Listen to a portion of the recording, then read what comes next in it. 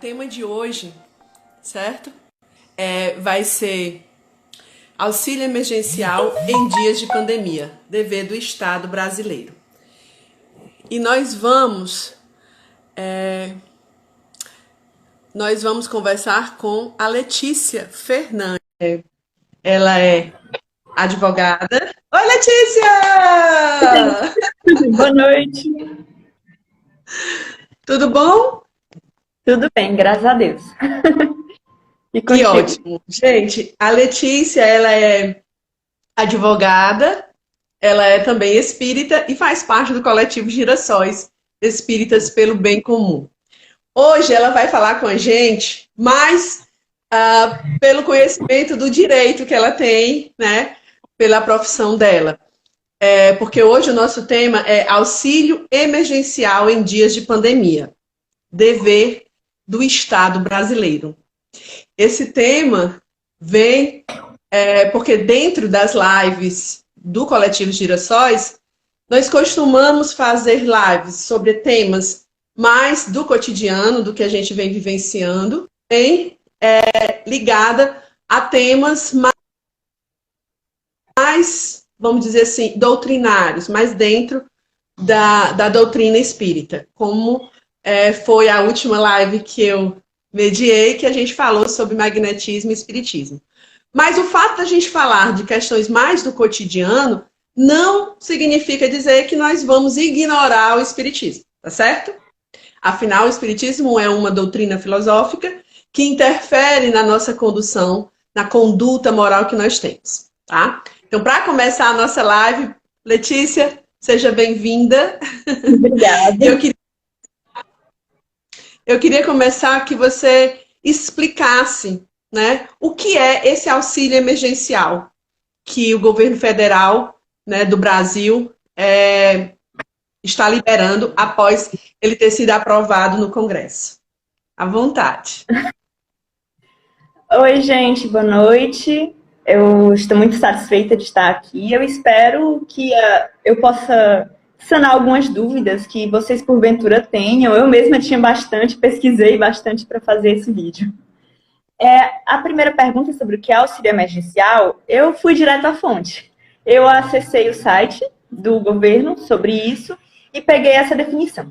O auxílio emergencial é um benefício financeiro, em pecúnia, destinado aos trabalhadores informais, microempreendedores individuais, os MEIs, autônomos e desempregados, e tem por objetivo fornecer proteção emergencial no período de enfrentamento à crise causada pela pandemia do coronavírus, a doença Covid-19. Então, em tese, é um auxílio financeiro que o governo dá numa situação de anormalidade em que as pessoas não têm como prover seu próprio sustento de forma eficiente. É um benefício limitado, porém necessário nesse momento. Tá certo. Acho que essa explicação ficou bem didática, acho que ninguém vai ter muita...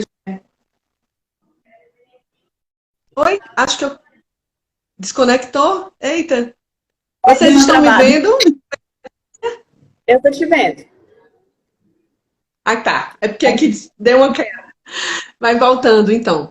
Gente, falando sobre esse auxílio emergencial, na época que foi a votação, foi um grande alvoroço, né, para definir valor, para depois conseguir votar. E ainda estamos numa peleja grande, né, que é conseguir que esse dinheiro seja liberado, né, diante da grande quantidade de brasileiros que precisam receber esse valor durante esse período de isolamento social, que é necessário para enfrentar a pandemia da doença Covid-19. Letícia, esse auxílio, né? A gente nunca vivenciou uma pandemia, a gente, né, novinho, nós jovens, não vivenciamos nenhuma pandemia. Mas esse tipo de auxílio, ele está previsto na legislação brasileira? Ou ele foi uma invenção, digamos assim, uma ideia que surgiu nesse momento pelos deputados, senadores e governo federal?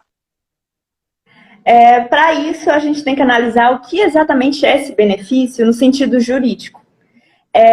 Eu vou fazer para vocês um aparato para fundamentar dentro da nossa legislação e da nossa Constituição o benefício. A gente parte da análise do artigo 6º da Constituição, que é o artigo mais bonito que a gente tem na Constituição, que é o artigo que resume os direitos sociais, que são direitos à educação, à saúde, à alimentação, o trabalho, a moradia, o transporte, o lazer, a segurança, a previdência social, proteção à maternidade e à infância, e aí a gente chega à assistência aos desamparados. Na forma da Constituição. Esses direitos sociais, eles são lindos e eles não foram feitos para serem cumpridos de imediato. Eles são normas chamadas programáticas. Quer dizer que elas guiam a direção dos programas de governo para a consecução desses direitos. Nesse caso, quando a gente vai para assistência aos desamparados, a gente está falando de assistência social. A assistência social está no capítulo 1 do título 8 da Ordem Social. O capítulo 1, ele dá disposição geral, ele explica que a ordem social tem como base primária do trabalho e como objetivo o bem-estar e a justiça social. Então, a gente já caracteriza o nosso Estado como um Estado de bem-estar. O Estado deve procurar prover as necessidades básicas do indivíduo para garantir um bem-estar social e uma justiça social mínima. Dentro da seguridade, a gente tem os pontos realmente muito importantes agora no momento da epidemia. A Previdência, a saúde, o Sistema Único de Saúde, o SUS, que todo mundo conhece, e o irmão um pouco mais anônimo, que é o SUAS, o Sistema Único de Assistência Social.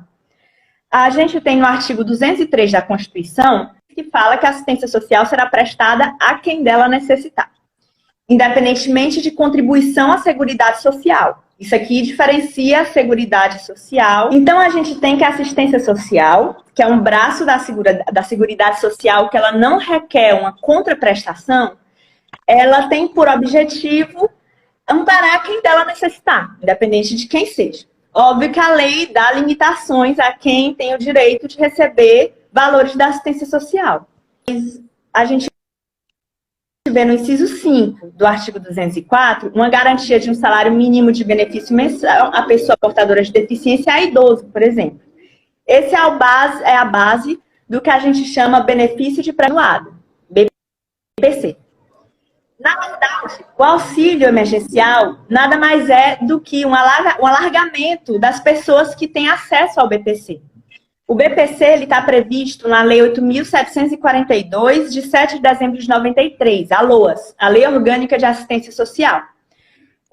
Inicialmente, ele é previsto para pessoas idosas, acima de 65 anos, que têm renda per capita de até meio salário mínimo, até um quarto de salário mínimo. O que essa situação de emergência fez? Ela alargou as pessoas que têm direito ao BPC e teve o valor alterado a fim de que fosse provido ao máximo de pessoas possíveis. Qual foi a base dessa alteração? Aí agora eu vou para uma lei que vocês podem achar que não tem nada a ver com a história, mas na verdade a razão pela qual a gente teve essa alteração é essa lei. A Lei de Responsabilidade Fiscal, também conhecida como LRF, que é a Lei Complementar 101, de 4 de maio de 2000. A LRF, ela prevê que na ocorrência de calamidade pública que é um conceito doutrinário e não legal, reconhecida pelo Congresso Nacional, no caso da União, ou pelas Assembleias Legislativas, na hipótese do Estado e dos municípios, enquanto perdurar a situação.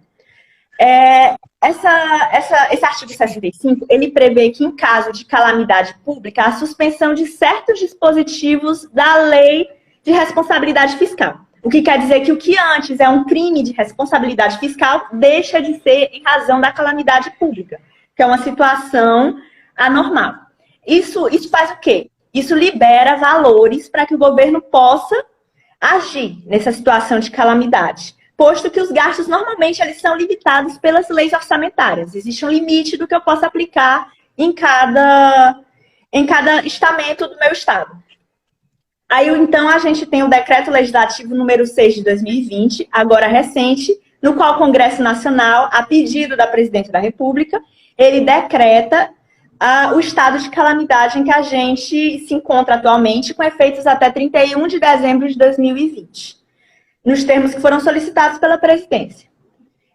Isso permite que haja dinheiro, que haja liquidez, para que o governo possa arcar com as consequências financeiras da calamidade. E, finalmente, a gente chega na Lei 13.982, de 2 de abril de 2020, que ela é a lei que, de fato, altera os critérios legais para a concessão do BPC. Ela aumenta a renda mínima per capita para meio salário mínimo por pessoa, ou R$ 3.200 por família, e ela exclui a condição da idade. Ela traz outras condições, claro, mas ela exclui a condição principal, que é a da idade. O que diz no que ela altera o BPC? Eu peguei só um artigo para vocês terem uma noção. É o artigo 20A.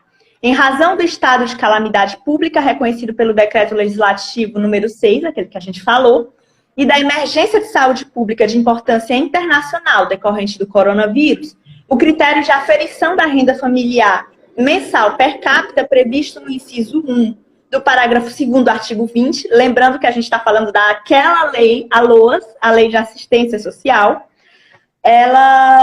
esse valor mensal per capita poderá ser ampliado para até meio salário mínimo. Esse é um dos artigos. Houve alteração de outros artigos que permitiu a ampliação da recepção.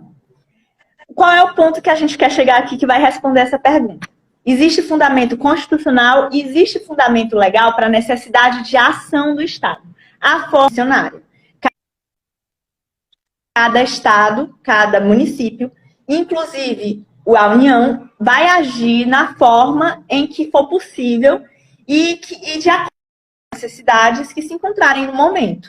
Essa ampliação do BPC foi razoável, não é suficiente, a gente sabe. O Van trava, Clícia, tu voltou?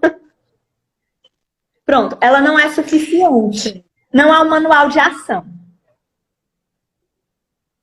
Letícia, e com relação às iniciativas de prefeituras e de governos do Estado, né? Algumas prefeituras, alguns governos estão também pensando e já executando auxílios, né? Algum auxílio emergencial. Essa legislação federal, vamos dizer assim, que abrange a questão da assistência no governo federal, ela também vamos dizer assim, ela abre também precedentes, jurisprudências para os estados. É legalmente possível fazer esse tipo de iniciativa? E outra, quando é feito, é uma obrigação do governador, do prefeito, dos governadores, dos prefeitos, ou realmente é uma iniciativa que ele pode ou não fazer? Vamos lá. Vocês sabem que o SUS, Sistema Único de Saúde, é um sistema conjunto dos três entes. Da União, dos estados e dos municípios. Cada um no seu quadrado, cada um fazendo o que deve fazer, agindo de acordo com suas responsabilidades. Esse é o conceito de um sistema único. Eu reúno os três entes e jogo em um. Para assistência social, nós temos o Sistema Único de Assistência Social. Daí a gente tira. Estado e município estão dentro do sistema de assistência social e têm o dever de agir, sim, em caso de calamidade. A gente tem, inclusive, o artigo 195 da Constituição Federal, que diz: a Seguridade Social, que, vamos lembrar, inclui Previdência, Seguridade e Saúde, será financiada por toda a sociedade de forma direta ou indireta nos termos de recursos provenientes do orçamento da União, dos estados, do Distrito Federal e dos municípios. Então, a gente tem aí participação do orçamento de todos os entes. Essa participação, ela se reflete, assim como no caso da União, em atos discricionários, que quer dizer que o Estado e o município vão decidir a forma de agir, normalmente baseados nas suas responsabilidades usuais. Aí a gente tem o artigo 204 da Constituição sobre as ações descentralizadas da assistência social. As ações governamentais na área da assistência social serão realizadas com recursos do orçamento da Seguridade Social, aquele que eu acabei de falar, previstos no artigo 195, além de outras fontes e organizadas com base nas seguintes diretrizes. A primeira delas, que é a que nos interessa, é descentralização político-administrativa, cabendo a coordenação e as normas gerais à esfera federal e a coordenação e a execução dos respectivos programas às esferas estadual e municipal, bem como a entidades beneficentes e de assistência social. Bem, aqui a gente vê que dentro do SUAS a gente tem entidades que não são estatais e que têm o dever de participar da assistência social de alguma forma. Então, a gente tem a atuação estatal e municipal, novamente, é uma obrigação a atuação.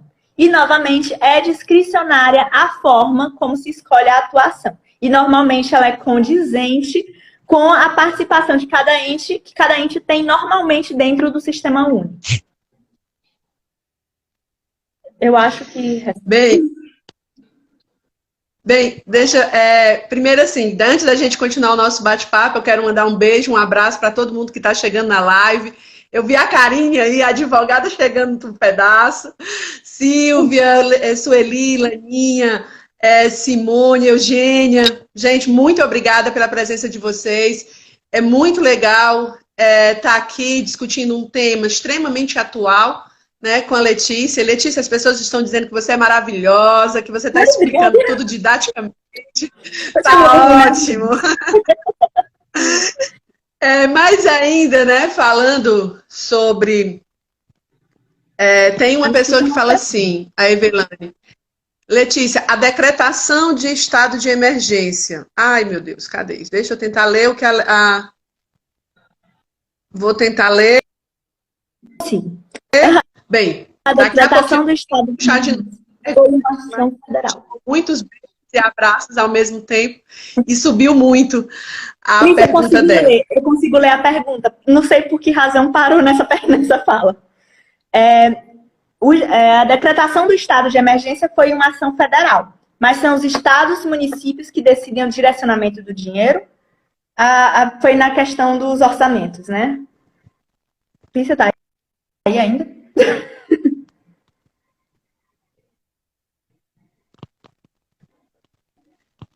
Ai, não deu para pegar mesmo.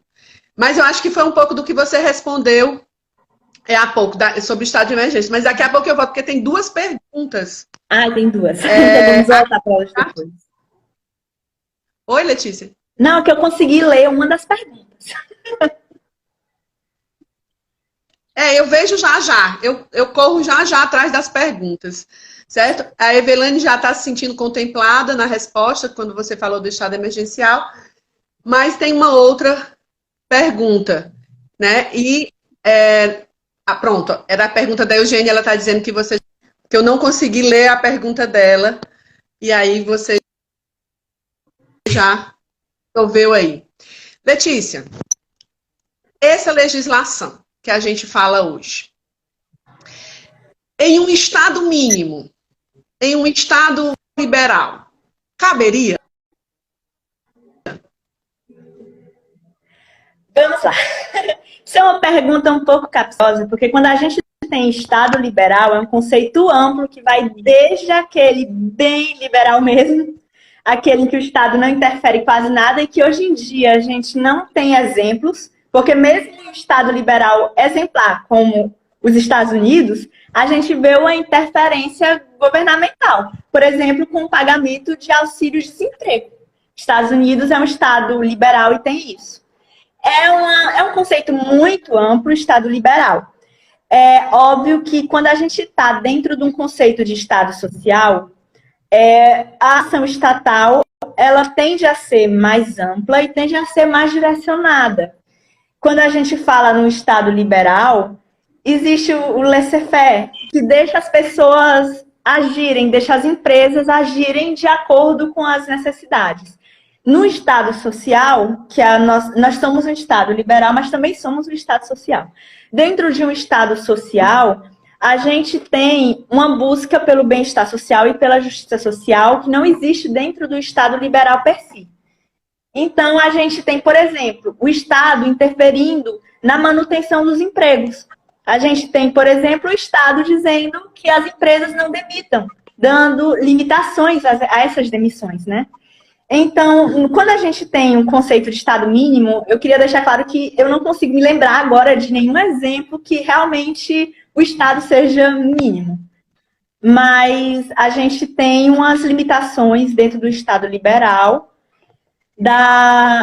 uma limitação da atuação estatal, da interferência dentro da iniciativa privada principalmente. Eu não posso interferir tanto quanto dentro de um estado social no que a empresa, na atitude que as empresas vão tomar dentro desse estado de calamidade.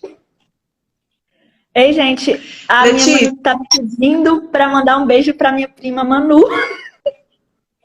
Eu não sei por que a preferência, mas um beijo, Manu, porque minha mãe mandou um obedeço. Letícia, só uma parte, né? A Evelane diz assim, que caberia, né, esse auxílio no Estado liberal, mas não com todos os auxílios, né? E aí ela dá um exemplo em que não há não há um sistema de saúde em que a saúde, o atendimento da saúde é universal. Mas existe aqui uma outra pergunta ainda sobre o auxílio, que fala assim, será que não tem como agilizar a entrega desse dinheiro e evitar tantos sofrimentos? Né? Eu sei que essa é uma parte mais técnica, tecnológica também, né? Mas na tua opinião, Letícia, teria como agilizar? O que eu posso dizer é que quando o Estado quer ser eficiente, ele é. O que a gente pode dizer? O sistema é novo, tudo é uma novidade e, de fato, é bem complicado você, de repente, ter que atingir tanta gente, porque quando a gente fala no BPC tradicional, a gente já tinha cadastro único, a gente tinha todo um sistema que facilitava, né? Mas eu não consigo ver explicação para a ineficiência absoluta do Estado no pagamento de algumas prestações. A gente vê isso com a fila dos...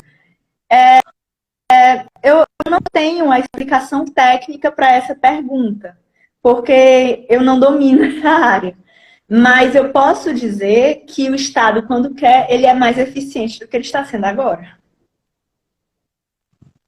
Entendi. Eugênia está chamando a atenção, né, que a Letícia citou a questão do auxílio-desemprego nos Estados Unidos. Mas eu estava me referindo a uma fala de uma outra pessoa que está assistindo aqui com a gente, a Evelane, que ela fez um paralelo com a questão do SUS, né, que num estado como o norte-americano não cabe de saúde, como é a proposta do Sistema Único de Saúde do Brasil. Letícia, a gente falou um pouco sobre Estado, né, governo federal, estadual e municípios, mas e a sociedade? A iniciativa privada, os grandes empresários, eles têm alguma obrigação, do ponto de vista da legislação, eles têm alguma obrigação de contribuir em um momento como esse de calamidade que a gente vive? Olha, na verdade não. Dentro da Constituição e dentro da legislação, eu não encontrei nenhum instituto que obrigasse a atuação das entidades de iniciativa privada. Exceto, é claro, que já estão agindo, que já devem agir, né? As fundações privadas, as que já têm interferência dentro desse universo. Então, não existe essa obrigação. Mas a gente tem a ideia da função social da propriedade dentro da Constituição. Isso é algo que normalmente os proprietários esquecem, que toda propriedade tem uma função social. O que é essa função social? É a responsabilidade no uso da propriedade e, no caso das empresas, por exemplo, a preservação dos empregos, que inclusive é um fundamento da nossa República Federativa Brasileira, né? A dignidade da pessoa humana e os valores sociais do trabalho e da livre iniciativa. Isso é um conceito fundamental para institutos como, por exemplo, a reforma agrária, quando a gente fala em função social da propriedade. Mas que a gente também pode esticar um pouquinho para a situação em que a gente vive atualmente. Já que a propriedade tem uma função social, a empresa, inclusive, dentro do direito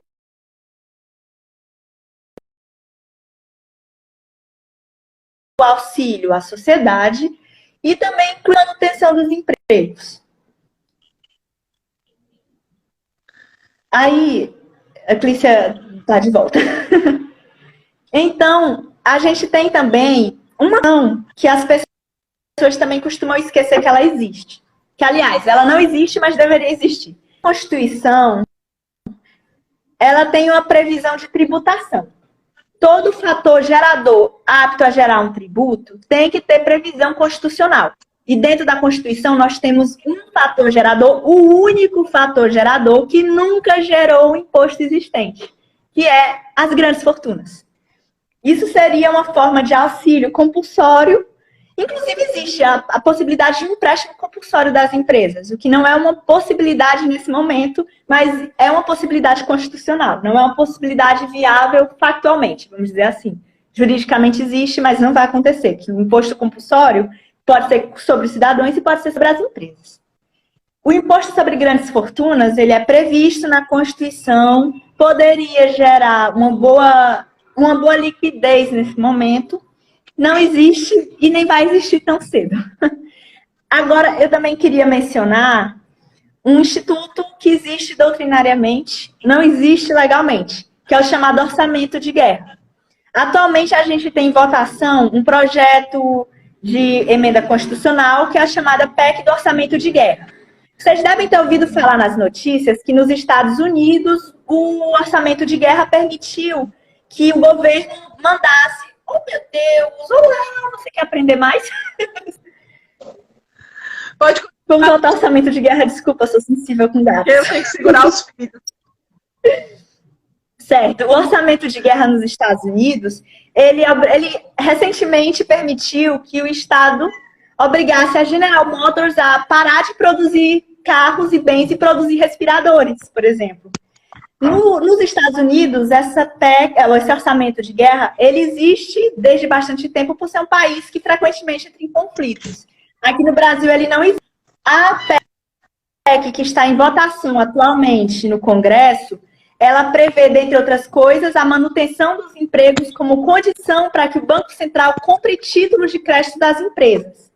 O que quer dizer que a empresa só vai conseguir dinheiro do governo se comprometer a manter os empregos. Mas a gente não tem nenhuma garantia de que esse instituto vai permanecer dentro do nosso orçamento de guerra se ele passar. Porque ele é muito criticado, inclusive pelo presidente da Câmara. Letícia, a Karine está concordando com você aqui, né, sobre a tributação das grandes fortunas, né? E ela lembra que não há um interesse político nisso, né, de que isso aconteça de verdade. E a Evelane, ela diz que realmente não existem essas obrigatoriedades legais ao empresariado, mas existe uma obrigação moral, né? E aí, falando sobre moral, né, já que nós aqui para discutir um assunto do nosso cotidiano, mas também um assunto ligado, que a gente possa, de alguma forma, dialogar com a doutrina espírita. Não sendo obrigação dos empresários, por exemplo, de fazer qualquer iniciativa de auxílio nesse período de calamidade pública, você acha que é caridade o que eles fazem? Vamos lá. Antes de chamar de caridade, eu queria lembrar que os empresários normalmente fazem parte de um grupo privilegiado da sociedade. É um grupo que tende a ter mais direitos que obrigações, porque são privilegiados tanto pela legislação quanto pela administração pública. Então, a gente poderia chamar mais, talvez, como uma devolução, ou então como uma obrigação advinda da função social da propriedade, já que eu tenho o privilégio de ter uma propriedade, não devo eu agir de forma a devolver esse privilégio de alguma forma para a sociedade? Chamar de caridade, ele vem principalmente da intenção, né? Eu também dei uma olhadinha, eu não fiquei só na legislação, né? A gente tem a questão 893 do Livro dos Espíritos, na parte que fala sobre as virtudes. E a gente tem que a virtude mais meritória é aquela que está fundada na mais desinteressada caridade. Então, analisar a ação da tomada de decisão de uma empresa, de auxiliar ou não o Estado, a sociedade, no momento de necessidade como esse que a gente está passando agora, ela analisar isso como caridade parte da noção de quem está fazendo, quem tem na mão o poder de permitir que essa caridade, de permitir esse auxílio, qual é a intenção dessa pessoa?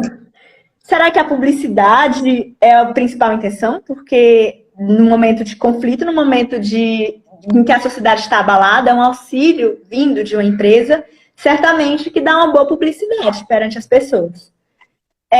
Ou será que realmente a pessoa que tem o poder de dar a canetada e permitir esse auxílio, as pessoas, normalmente são mais que um, elas têm a verdadeira intenção, a única e principal intenção de ajudar a sociedade nessa situação? Então, na hora de ver se isso de caridade, eu tenho esse conflito em mim de não saber se isso poderia ser só uma devolução do que a sociedade tanto já deu a essas pessoas, porque não deixa de ser, ou se a caridade, se a intenção única e exclusiva for ajudar a sociedade sem ter nada de...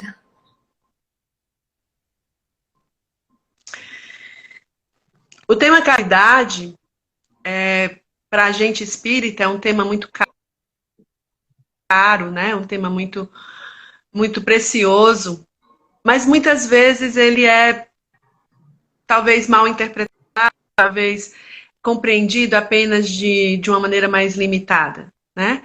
Quando a gente fala que aqueles que têm o poder político, que têm o poder econômico, né, que podem mexer nas estruturas, né, que organizam a sociedade e não fazem isso, né, a gente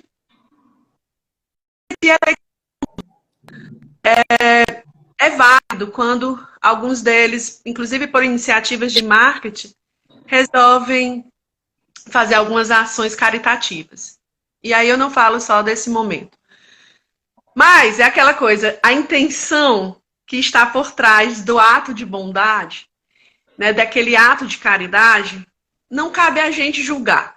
Nós não temos como definir e bater o martelo de que tal empresa ou tal pessoa agiu de uma caridade meio falsa. Nós não temos esse know-how, nós não temos autoridade moral para isso. Mas confesso que me comove quando eu vejo algumas pessoas com condições econômicas muito grandes fazendo alguma ação, né? Embora o supérfluo não seja totalmente liberado, porque se fosse, a desigualdade no nosso país estaria bem menor e nós estaríamos enfrentando essa pandemia de uma maneira mais serena.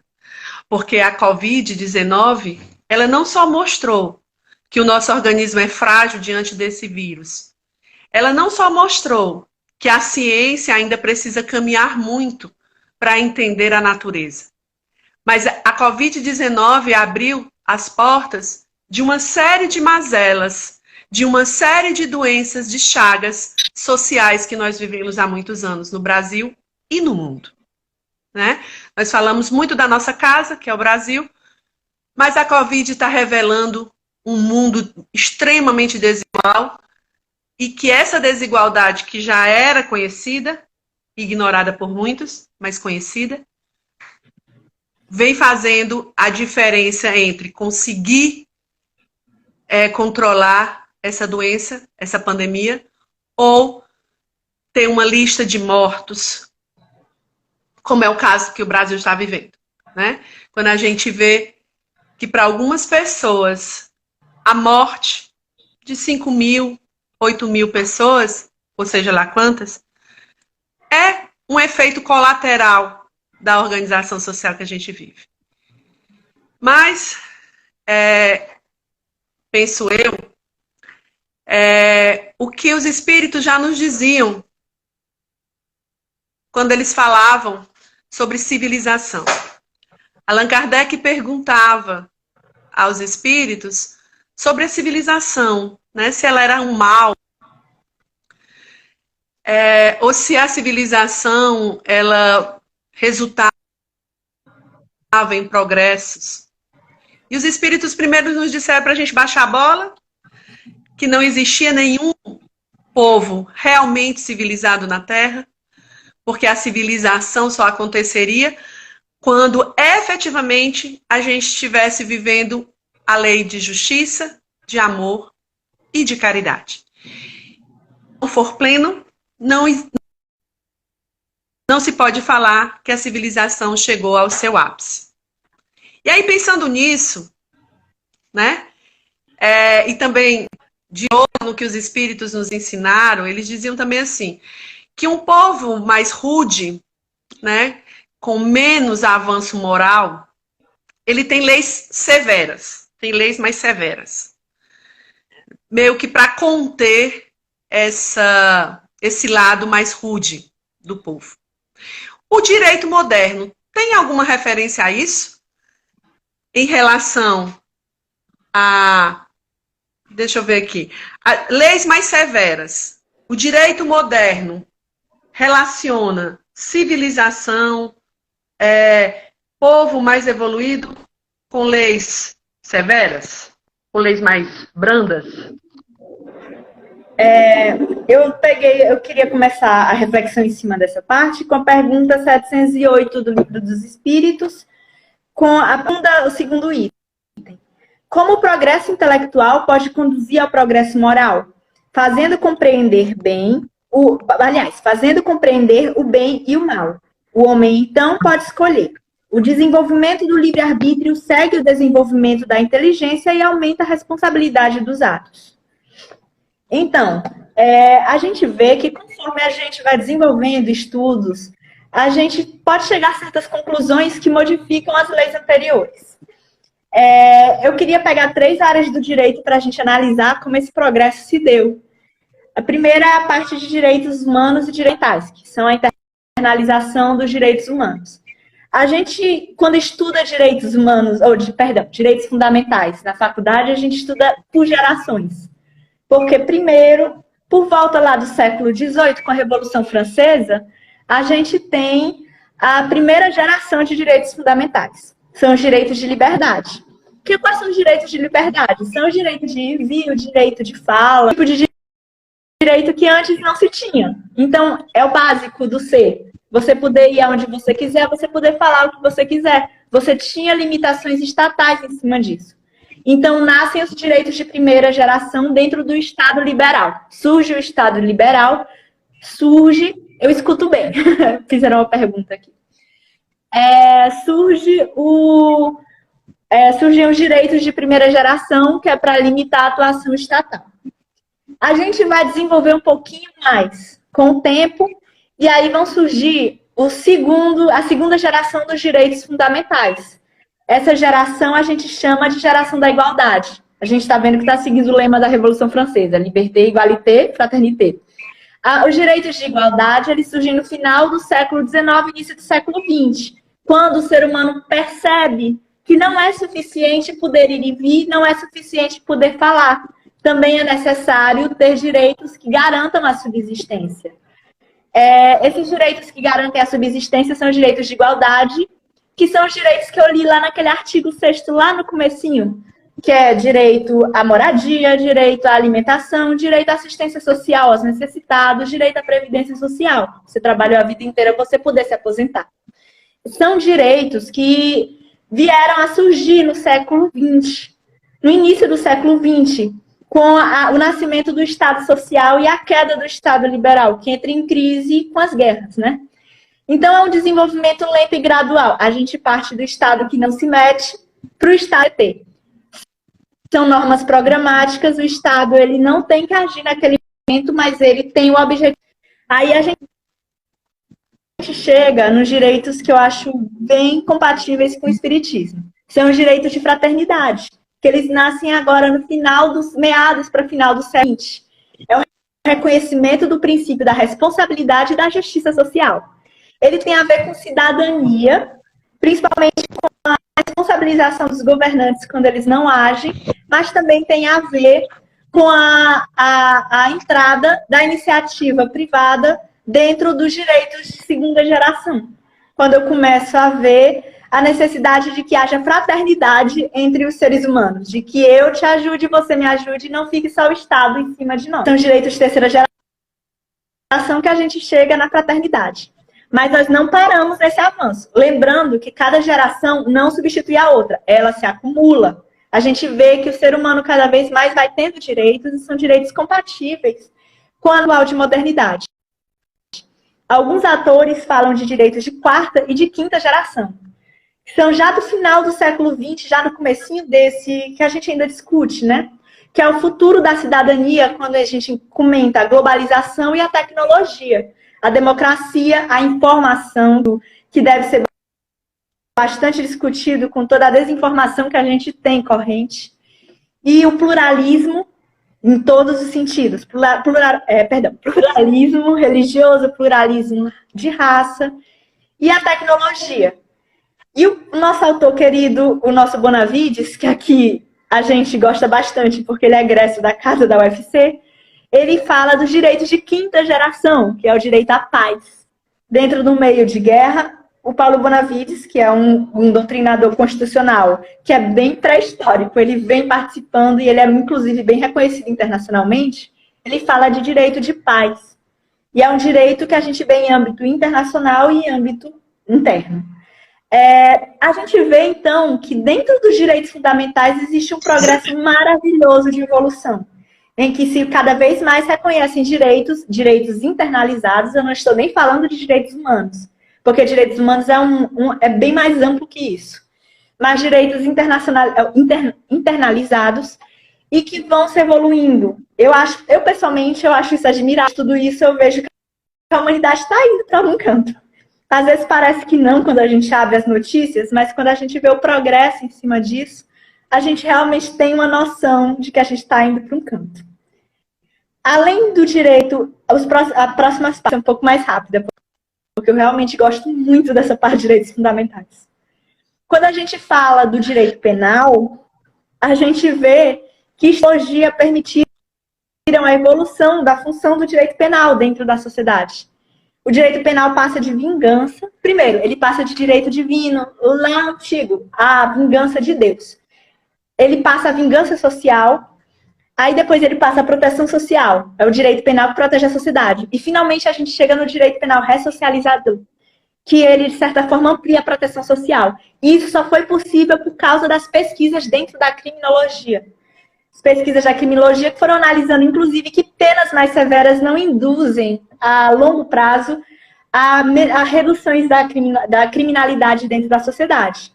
Esses estudos são muito comuns, principalmente nos Estados Unidos, da década de 60, e está disponíveis na internet para quem quiser ver. Não é uma coisa que está saindo da minha cabeça. Existem pesquisas que indicam que a criminalidade ela reduz conforme a certeza da pena, que a criminalidade ela reduz conforme a condenabilidade social em si, não tanto com o direito penal. E no direito civil, que eu também vou falar da parte privada, dentro do direito civil a gente tem o surgimento da função social da propriedade no final do século XIX e as soluções de conflitos extrajudiciais, quando a gente vê muito melhor você buscar um entendimento entre as partes, a ressignificação das relações interpessoais do que levar o Estado todos e quaisquer conflitos. Então, a gente tem em todas as áreas do direito extremamente claro uma evolução. Desde que o direito surgiu até agora, só melhora. E eu espero que a nossa legislação consiga abraçar isso da melhor forma possível. Eu estava ouvindo você falando, Letícia. Tá me ouvindo? Tô, mais ou menos. Voltei a te escutar.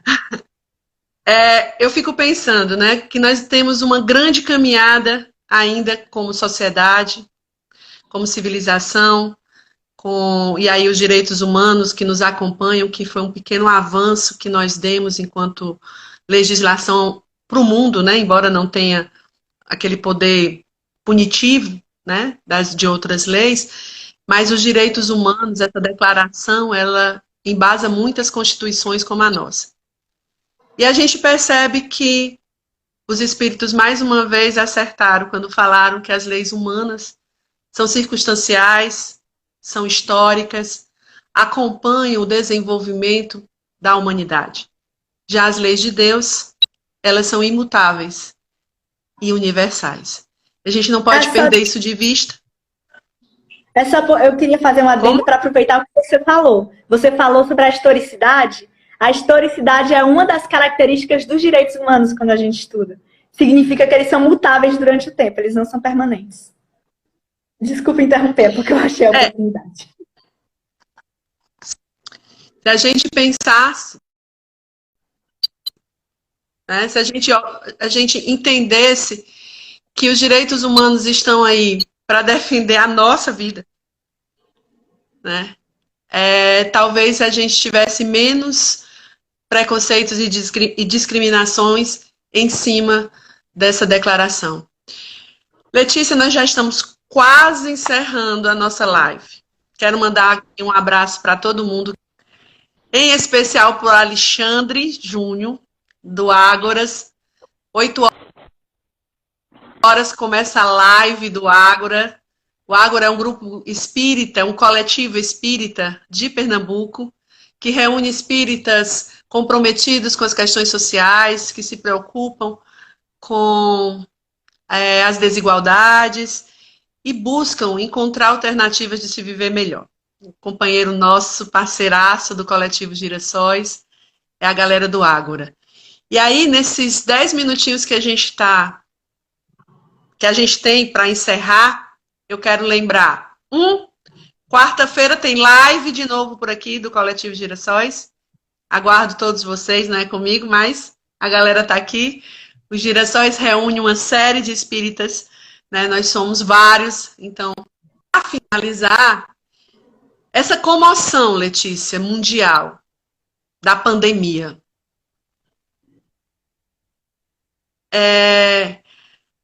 Vou mandar o link do Ágora, mando sim, tá? Já, já.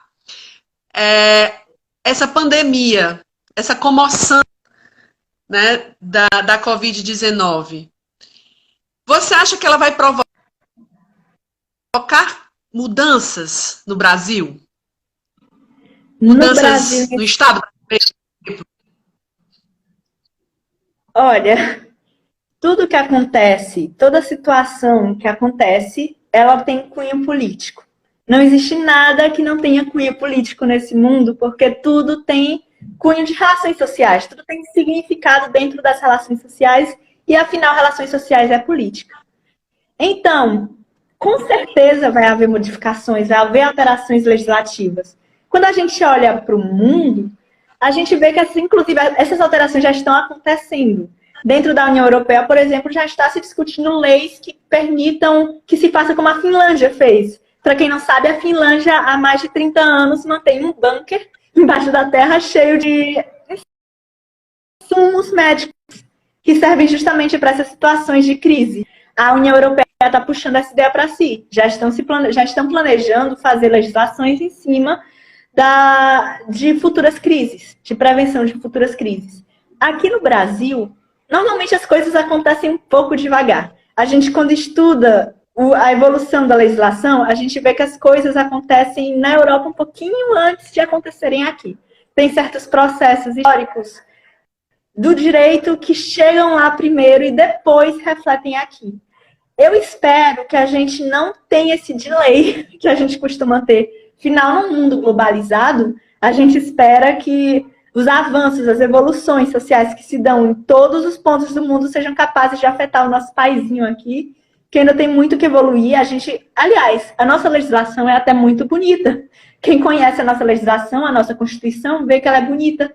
Ela não foi exatamente feita para ser cumprida, mas ela é muito bonita. E quando a gente aprender a cumprir a nossa legislação e a nossa Constituição, a gente vai ter um Brasil um pouco mais próximo, um pouco mais pronto de resolver essas crises com mais facilidade. Porque não adianta de nada eu ter uma lei maravilhosa e consigo pôr em prática.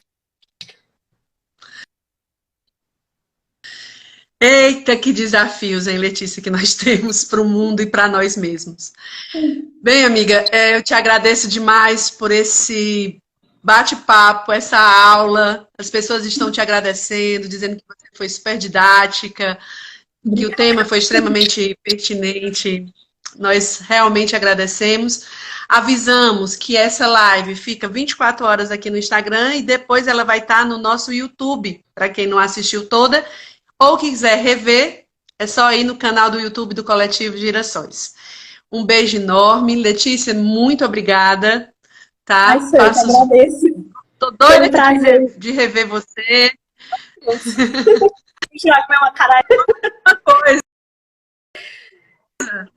Só mais uma coisa, fica o desafio dado pela Evelane de o bem ganhar mais uma palestrante. Não fui eu que dei a ideia. Foi a Evelane. Eu agradeço demais a chance de ter estudado um pouquinho mais desse tema e de ter falado um pouquinho da parte do direito que eu acho mais interessante, que é os direitos sociais. Pois é, a gente se prepara sempre, estuda, para que o negócio dê certo. Obrigada, Lelê. Beijo enorme, beijo, gente, e até a próxima live. Tchau. Tchau, gente. Obrigada, gente, por ter participado, por ter me ouvido. Um beijo. Tchau.